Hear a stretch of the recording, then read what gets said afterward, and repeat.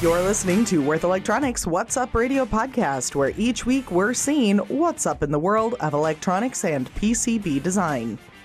We'll be checking in with leading industry experts and our very own Wurth Elektronik specialists who will shine a light on some interesting topics, like energy harvesting, wireless power transfer, EMI issues, and so much more. Tune in to get technical design tips and applications during your commute, at your desk, or wherever you might be with Wurth Elektronik's What's Up podcast. Joining me in the studio is our team of experts on today's partner podcast. Today I'm joined with Stein and Aanas from Nexperia, as well as Sherin in Germany. She's a product definition engineer. And from technical marketing at Wurth Elektronik, Jared and Ameer. Welcome everybody to today's podcast. I'm very excited about this episode because we are talking about a mostly brand new motor driver evaluation kit. This is in partnership with Nexperia and Würth Elektronik, and it is here to make the lives of our engineers so much easier. So, Stein, maybe you can walk us through the history of how this evaluation kit actually came to be. What was the idea behind it? Well, so it depends when you start the history, right? So going all the way back to the inception of this thing, I think it started between Aanas and I, simply due to the frustration. So we were both application engineers, and we were trying to evaluate different products, different solutions out there, and we've been having to use evaluation boards. And our experience with evaluation boards has oftentimes been good and sometimes been not so good. And those good times often have missing items where other times make up for it. So there's always a very inconsistent feeling as an engineer when you get an evaluation board in your lab, what to expect, essentially. So a couple of years ago, we already started playing around with the idea of, hey, we already have a brushless DC motor set up with a driver already in the lab. Let's try to make it a bit more customer friendly. And we started bringing it as a demo at events. So customers started playing with it. Everybody started using it. If you've seen our YouTube channel, we have some glowing wires. So we show how we can pump hundreds of amps peak to peak through our devices. And we have some beautiful glowing wires. As Aanas, I think, likes to call it toaster oven. We can make sausages on top of it. So not our MOSFETs, by the way, not our MOSFETs. I mean the wires. The wires get hot, not the MOSFETs, for obvious reasons. Yeah, and then we started development. And the goal was really to try to make it as simple and easy to use, especially get yourself set up with. So the biggest pain point I've ever had with evaluation boards is oftentimes you have to book out like 6 hours of your lab day just to try to get yourself set up to get the thing working in the first place. So our goal was to do that in under 2 minutes.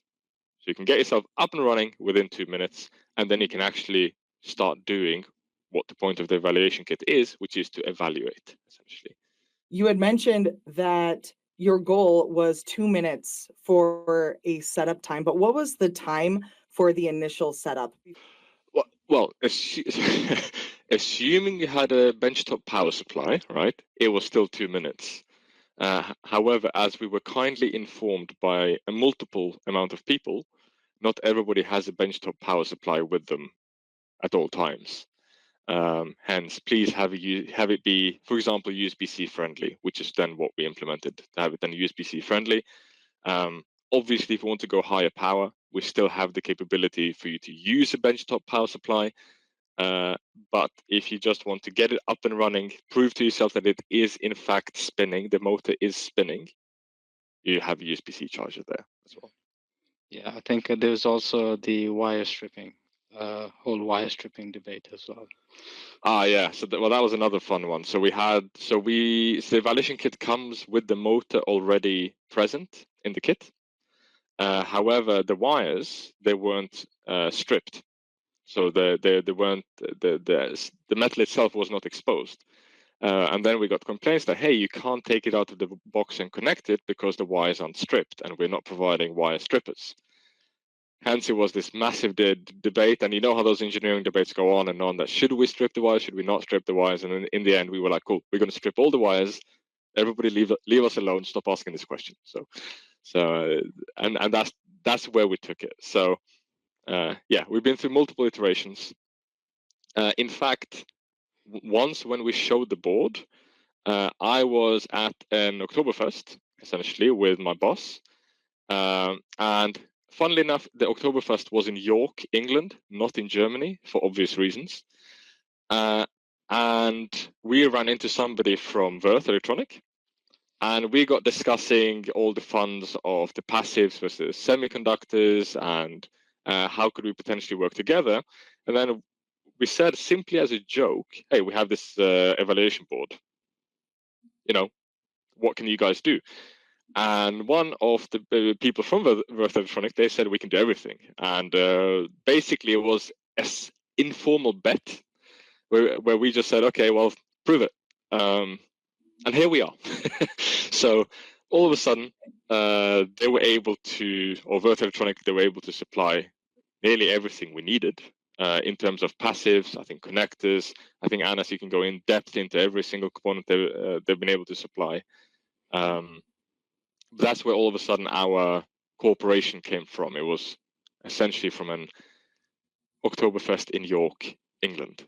So no, and from there on, I remember Aanas was also a bit hesitant to switch over to Wurth Elektronik because we already had our passives, right?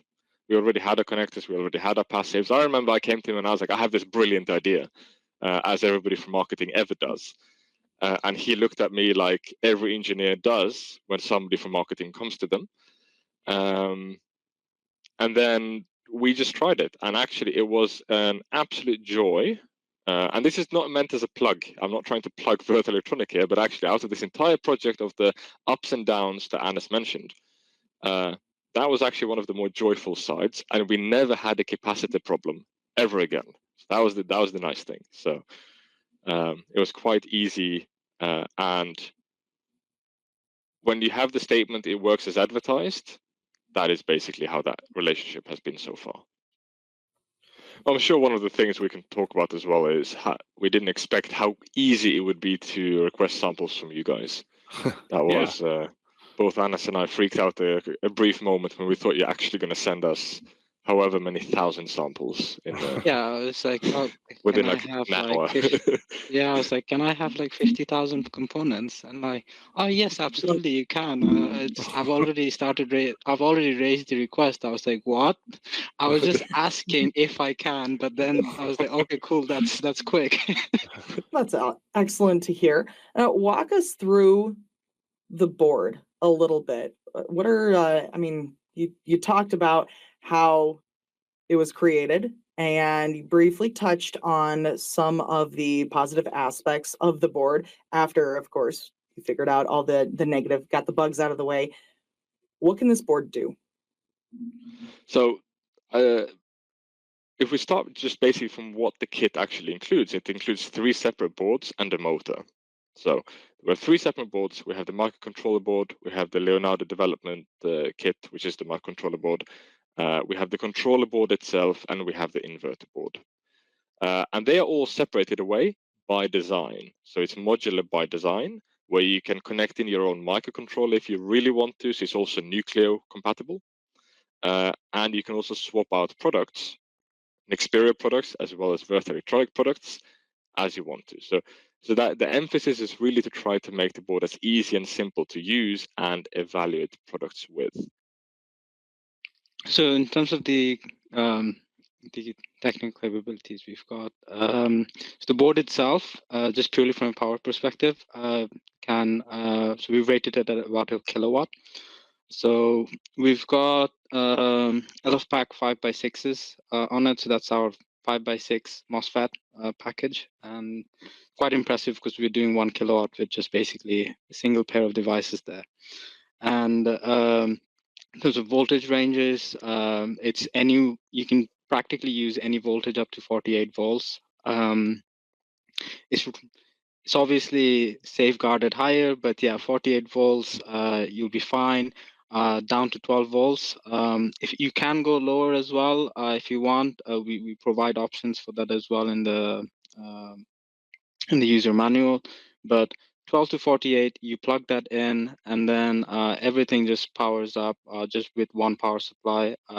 We tried not to have too many different auxiliary power supply that, oh, you need this voltage to power this section of the board and maybe a different one for that. We have all the inbuilt DC-DC converters basically doing all of that stuff. So you just put in one power supply. Alternatively, what we told about the USB PD stuff. So USB-C, you can use any laptop charger up to 100 watts. So you can actually drive a motor that's up to 100 watts with a USB-C, which is quite obviously impressive. Now you can just do that with the USB-C plug. And yeah, you don't even need the power supply to do that.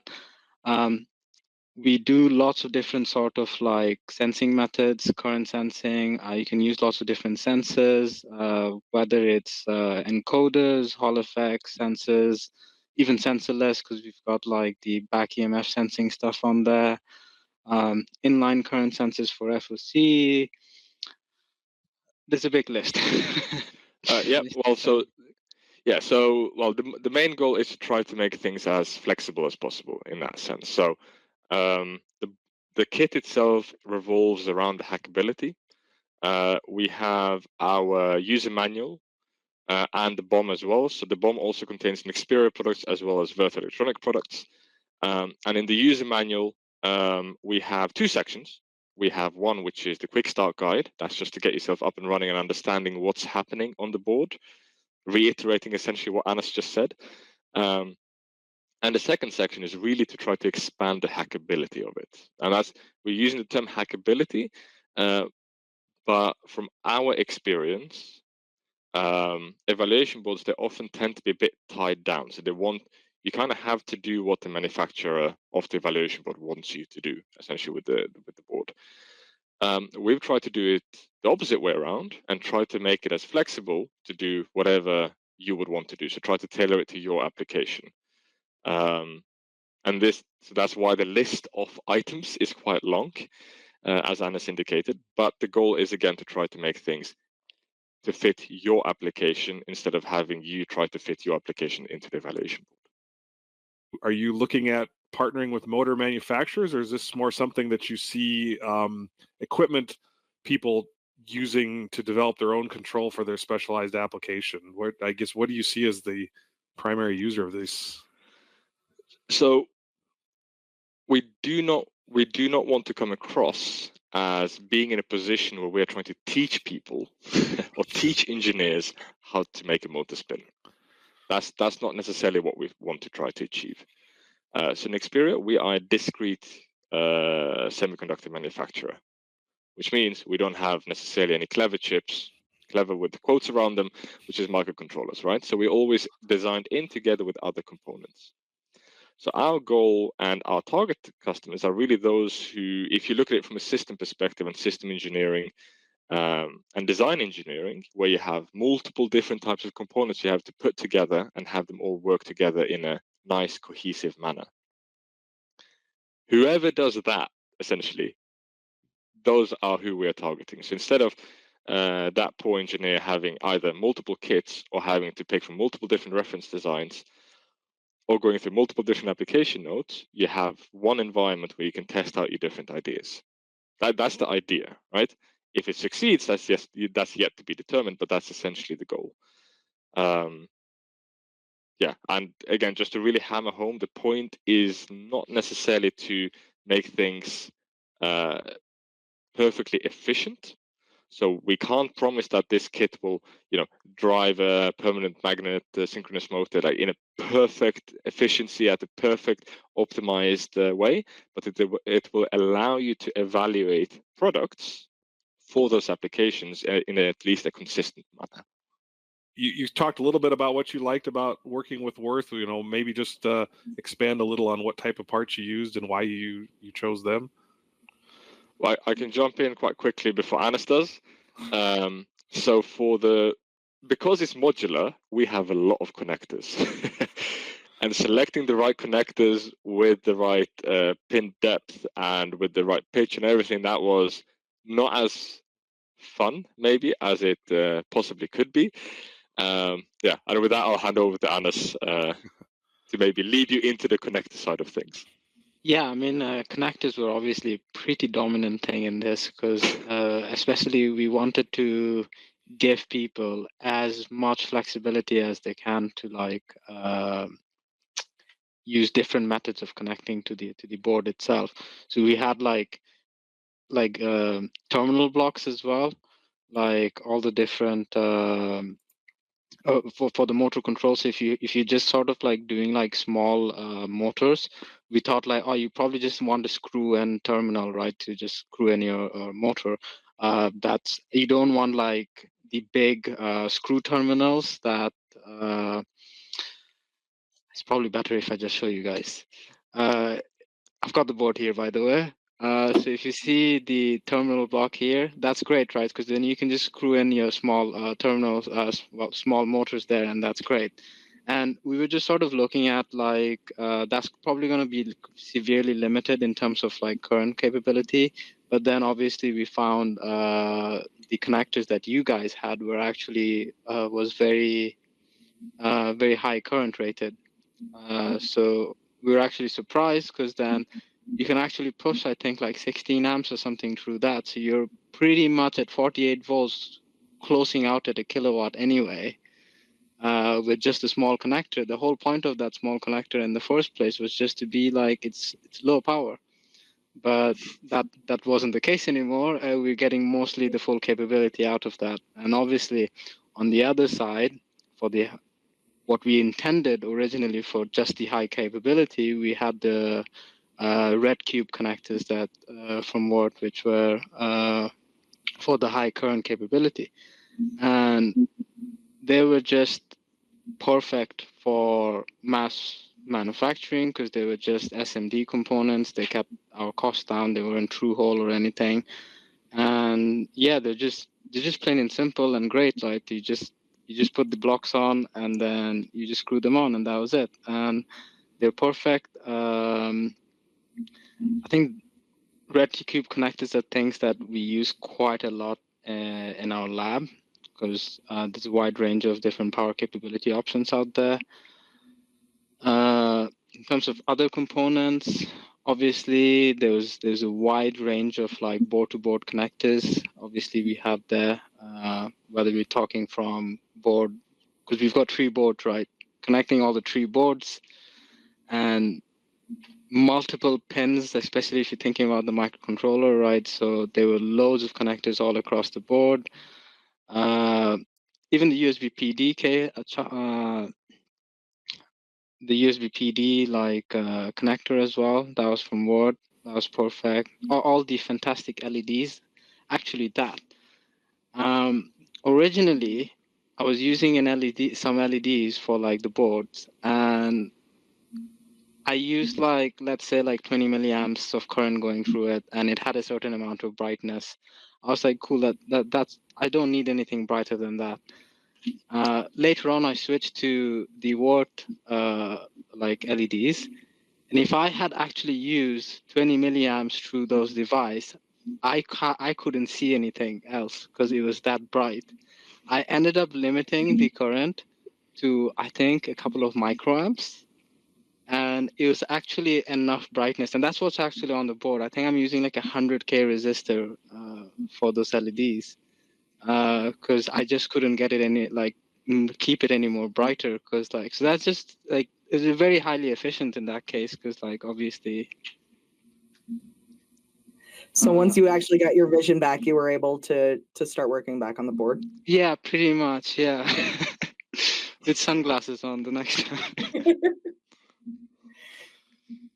So what is the total footprint? I mean, you held up that segment, I guess we're going to say, but you said it's actually 3 boards put together.